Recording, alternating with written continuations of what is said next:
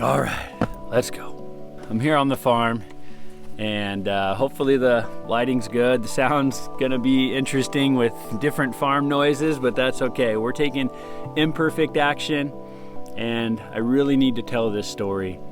There's no better time than now, so we're going for it. This is the story of how I met my wife. The story was a journey of learning God's love and guidance and learning to hear His voice. Before I met my wife, I had a very limited idea of what healthy relationships were. Before I met God, my understanding of love was even worse. But thankfully, God knows how to grow that love in each of us if we let Him. So I was on a journey of learning to live in that love, but I had a long way to go. For many years of my spiritual journey as a young adult, I didn't do any dating or major pursuits of lady friends.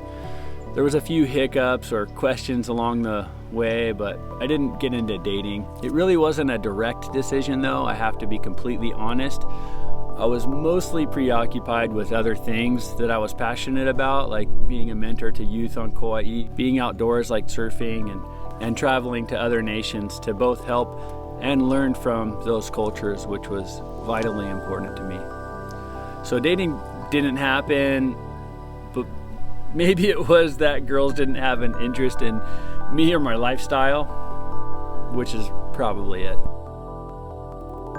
About the 6th year of my walk with God, I made a trip to a nation that would not allow people to have a copy of their own Bible with freedom. I felt strongly that people should be given a chance to at least read the Bible and make an honest decision for themselves, rather than being controlled and kept from it. I was given an opportunity to go, and the door was open. I had the heart to do so, and so I went.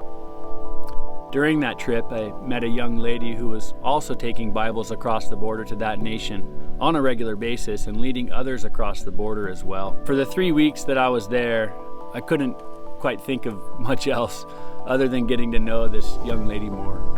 We were able to talk sometimes, but it wasn't nearly enough. There was something completely different happening in my heart. I was absolutely captivated, and the days were passing by much too quickly. A couple days before I had to go back to Hawaii, I told her how I felt. I was a stuttering mess of words. I asked her to go on a walk with me that evening, and she was happy to do so, but that was the extent of our time together. She didn't feel ready for a relationship beyond friends or fellow Bible smugglers. Before I left, she did mention that she'd like to stay in touch. And when she handed me her contact information, I felt a great wave of responsibility flood over me in an instant. By that time in my faith journey, I knew it to be God, the source of love, speaking to me in that moment. I felt the call to selfless love, and I really wanted to treat this young lady with a type of love that didn't need or require anything in return. If I truly cared for her, then I would encourage her, pray for her, and be available as a friend, regardless of what I get in return. This was the Maker's type of love, and a type of love that I knew very little of, apart from Him. So I left. I went back home to Hawaii. I wrote to Ellie quite often at first and tried my best to simply encourage her like a brother would.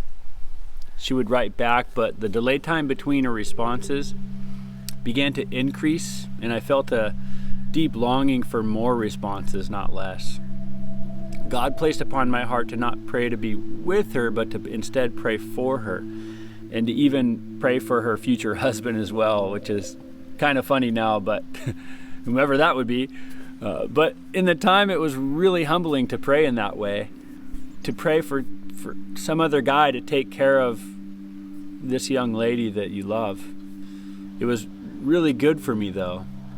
It was also very evident that I was to never tell her of those prayers in that time. Yeshua taught that when you pray, pray in secret. I'd like to think now that praying in secret is more likely to be a prayer of a pure heart.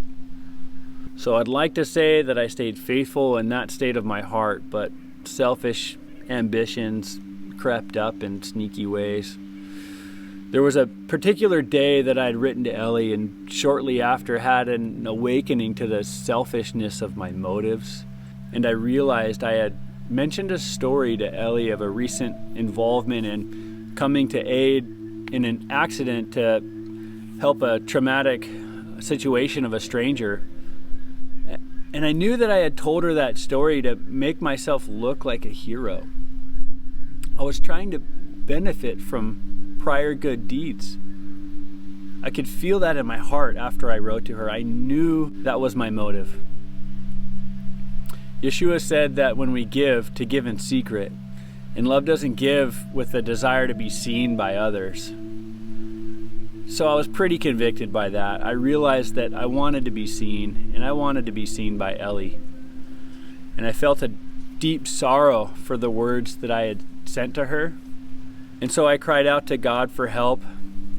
And in that time of remorse and humility, I was given a very clear and focused vision, beautifully given from the Creator who knew exactly what I needed to see and understand.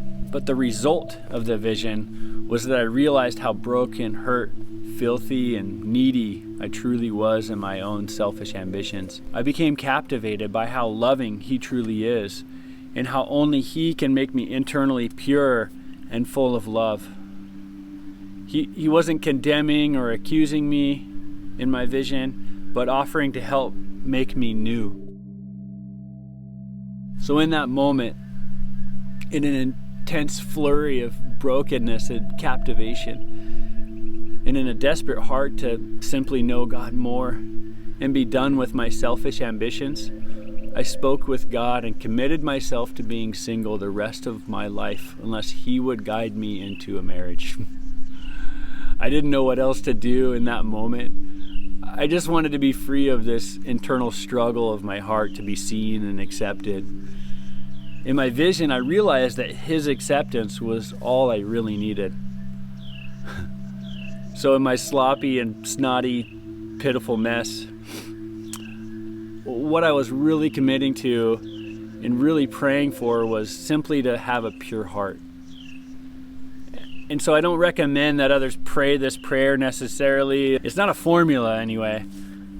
What I do recommend is learning the state of your own heart and ambitions, and pray in a way that allows God to untwist the selfish desires from true selfless love. Blessed are the pure in heart, for they will see God. So if you find yourself not able to see God in your life, start learning to see Him by first learning to have a pure heart. The rest of this story testifies to this simple and profound truth.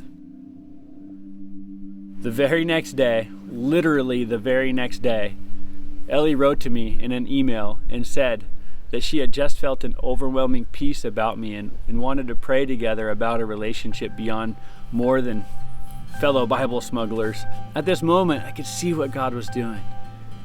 It was the Father's wonderful and caring heart for her, that He was protecting her, and she was in tune with her Heavenly Father enough to know that she didn't have peace about a relationship with me until I was the one to further understand His kind of love and lean into it. So this was an amazing moment, but also a terrifying one. I knew it would be a terribly selfish thing to now take advantage of this young lady's feelings of peace and try to jump into some sort of relationship. I knew He wanted me to learn His love and guidance. And I also learned that He, the Creator of heaven and earth, was protecting her. And that was much more terrifying than a protective dad with a shotgun. So at this point, this was now a journey with God and no other way. I was a little reluctant to tell Ellie of my commitment to be single and rely on God to lead me into marriage. What if she didn't understand or was not willing to wait around for who knows how long until God decided to do something? I told her what I had prayed and committed to just the day before, and she recognized what God was doing, and she was willing to wait on her Creator to make things known. I was very thankful that she would be patient and wait with me. Pretty soon after this, the devastating earthquake in Haiti took place, and it was pretty heartbreaking to hear about people still trapped under rubble. My mind couldn't be swayed from those people and that devastation, and I started to realize that it was the Father's heart in me because it's his deep love for his children. So I realized that he was speaking to me in this time, in this way, that I was to go to Haiti. Commercial flights were down though, so I reached out to several people and notified them of some skill sets that I was able to help in if I could get down there. I told Ellie as well, but not to make myself look good anymore, but because she seemed to have a lot of connections to people all over the world.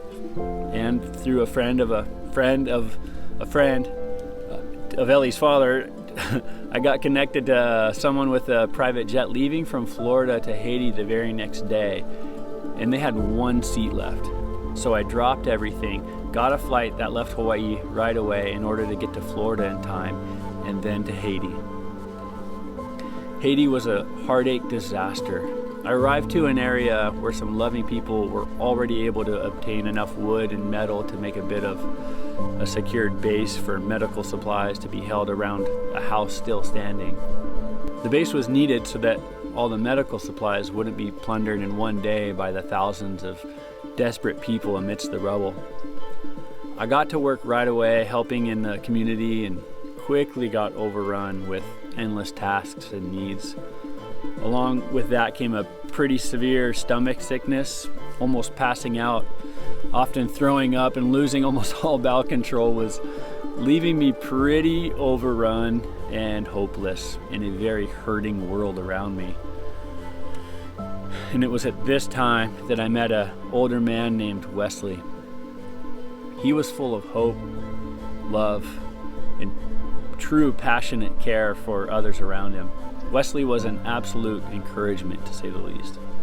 I really came to admire this man who was free yet exemplified God's love in a powerful and unselfish way. I tried to hang out with Wesley as much as time would allow and glean from his joy, wisdom, and passion for life. On a very hot day, Wesley became sluggish from heat exhaustion, but his love for people wouldn't stop, so he kept going, but he kept removing pieces of clothing to cool down and keep working. And he eventually was down to his underwear, his tighty-whities, and continued to help others.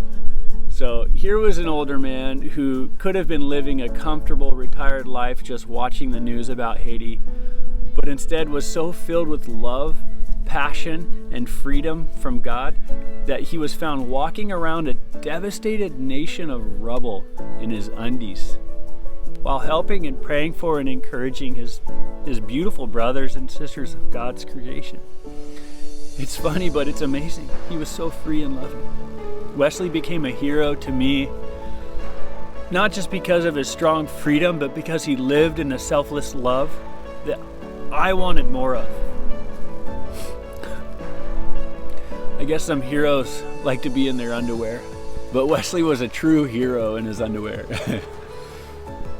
So to cut down the story, my time in Haiti was coming to an end, and I heard of a volunteer plane flying from Pennsylvania and thought, Ellie's currently in Ohio at her parents' place. Maybe this is a provision by God to go see her. So I was able to contact her and let her know my thoughts to come visit after leaving Haiti. She liked the idea and got her parents' blessing, and they even found a place for me to stay at a friend's farm nearby. So that was a wow. Seemed like an open door. But that night, as I lay still in my hammock above the dusty ground, I felt a strong conviction of selfish ambition in my heart. And I soon realized why. I remembered that I had been committed to documenting a radical story about a girl from Africa named Mercy. She had been severely burned to the point of severe alterations in her face and was then neglected and ignored by her family and community. It was a heartbreaking scenario, but Mercy was found by a couple who loved her greatly and eventually took Mercy to the west coast of the USA to get reconstructive surgery, a process that took almost 2 years. I had already started and been committed to telling this story. So laying there in my hammock in the stillness, I was hearing from the Almighty, who presented these two options. I could be driven by love and honor the testimony that I was committing to telling about Mercy, or be driven by selfish ambition as an opportunist of the moment. I knew that if I took that flight to Pennsylvania, that I would be cultivating and watering the selfish seed of desire within me. And it was just a matter of time before that would blow up in my own face. So I eventually got a flight from Haiti to California. Soon after arriving, I met with a couple friends in the process of gathering material for the story about Mercy. They had asked what my plans were after being on the West Coast, and so I told them that I had hoped to go to Ohio, but not sure it was what I was supposed to do. Plus, I was almost entirely out of funds to even get there. My friends got excited and mentioned that their friend Ryan was planning to move to Ohio to be with his girlfriend and now wife. He'd be leaving in about 3 weeks, so maybe I could catch a ride with him. It sounded nice, almost too good to be true. It was good timing for me to finish up in California, but I still wasn't sure. They eventually decided to just call Ryan and see what could happen. With just a short explanation, Ryan was more than happy to let me catch a ride with him to Ohio if I was willing to go. He also happened to be in Ohio at that very moment when we called. He was securing a job at a restaurant before he made the big move. Then Ryan did something really out of the ordinary. He asked me the name of the young lady I had hoped to visit.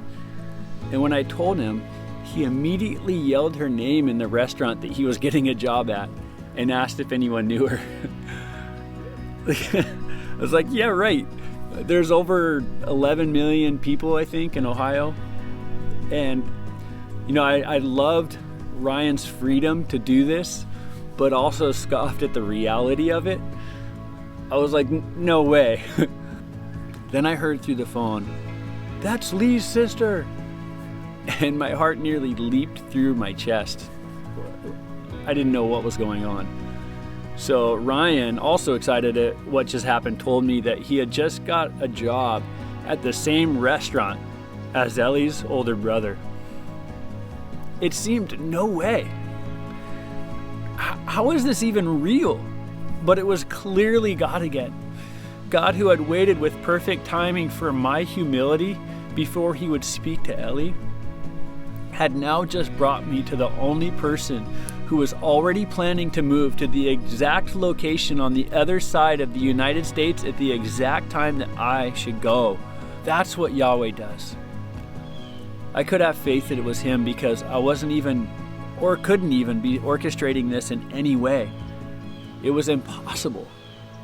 I remembered my time in Haiti and feeling a deep conviction to not take that private jet, and I now realized that he had much greater plans. So 3 weeks later, I got into a little cab pickup with an authentic and full-hearted man named Ryan and drove across the United States. And then, without my request, Ryan took me to the doorstep of the one I had prayed for. Not prayed to be with, but prayed for more than anyone else. And if that one story doesn't convince you that it was God who orchestrated all of this, so back up to Haiti, that free and loving older man named Wesley, who I was inspired by and drawn to in our conversations while in Haiti. We shared a common experience of smuggling Bibles into closed nations, and I found out that he knew Ellie's parents. And not only did he know them, but Wesley was a good friend and a mentor to Ellie's father, Wendell.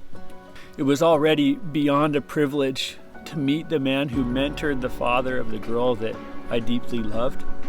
And I told Wesley of my thoughts and heart for Ellie.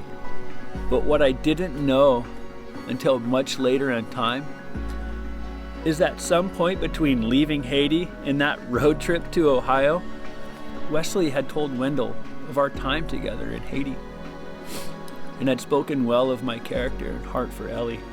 So not only did I not have to prove anything to Ellie, but just align my heart with God's love, but then God literally went before me in ways I could never have imagined or conjured up, to help bring peace to a father who deeply loves his daughter about some guy showing up at their doorstep.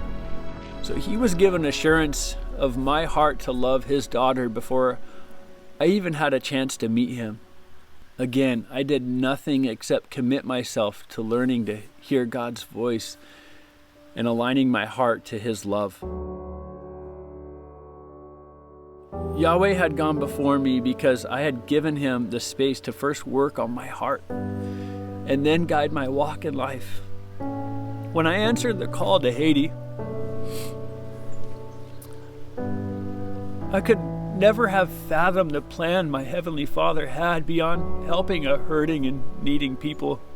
And it's in these moments right here that I can't forget. I have to remember that following God is not complicated. It's simple faith and selfless love that are the basic right and left footsteps that we take along the pathway to the depths and the riches of Yahweh's kingdom.